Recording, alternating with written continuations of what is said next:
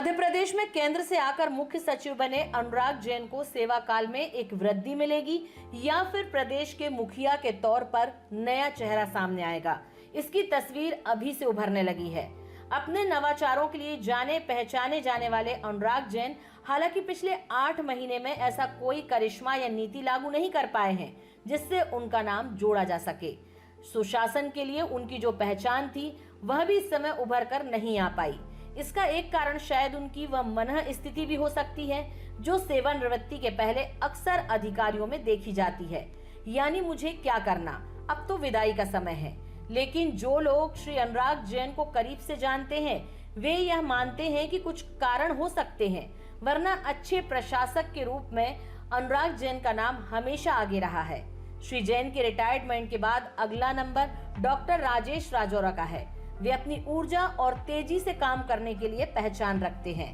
अनुराग जैन के पहले उनका नाम ही मुख्य सचिव के लिए सुर्खियों में था, किंतु केंद्र के हस्तक्षेप के बाद सारे समीकरण बदल गए और डॉक्टर राजौरा को संतोष करना पड़ा। लेकिन अनुराग जैन के रिटायरमेंट के बाद सीनियरिटी और सेवा काल के मामले में राजौरा आगे हैं। माना जा रहा है कि अगले मुख्य सचिव के रूप में उनका नाम सामने आ सकता है। आम जनता को मुख्य सचिव से सीधा कोई सरोकार नहीं है, लेकिन लोगों की रुचि इस बात में रहती है कि मुख्य सचिव के नेतृत्व में शासन कैसे काम कर रहा है। जाहिर है सुशासन बीजेपी का भी ध्येय है, लेकिन शिवराज में सुशासन का जैसे भट्टा बैठा वह अभी तक ठीक होने का नाम नहीं ले रहा। छोटे छोटे कामों के लिए जनता को कलेक्टर और निगम कार्यालयों के चक्कर काटने पड़ते हैं, लेकिन काम तब भी नहीं होता। भ्रष्टाचार इस चरम सीमा तक पहुंच गया है कि जमकर वेतन लेने वाले कर्मचारी बिना दान दक्षिणा के कोई काम करने को तैयार नहीं रहते। भोपाल में ही बीते दिनों एक वृद्ध महिला ने तहसीलदार पर इसलिए स्याही फेंकी कि राजस्व विभाग कर्मचारी पिछले 1 साल से उसकी जमीन से अवैध अतिक्रमण हटवाने के बजाय बहानेबाजी कर रहे थे। कहने को मध्य प्रदेश में 2 राजस्व अभियान इसलिए चले कि किसानों को उनकी समस्याओं से निजात मिले, लेकिन कलेक्टरों की रुचि इसमें दिखाई नहीं देती। भोपाल में भी कलेक्टर ऐसे धुरंधर नहीं हैं जो अपनी ड्यूटी सही से निभाएं।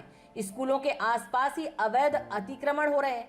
एयरपोर्ट जैसे संवेदनशील स्थानों पर मार्गों पर अतिक्रमणों ने भोपाल की छवि झुग्गी नगर की बना रखी है।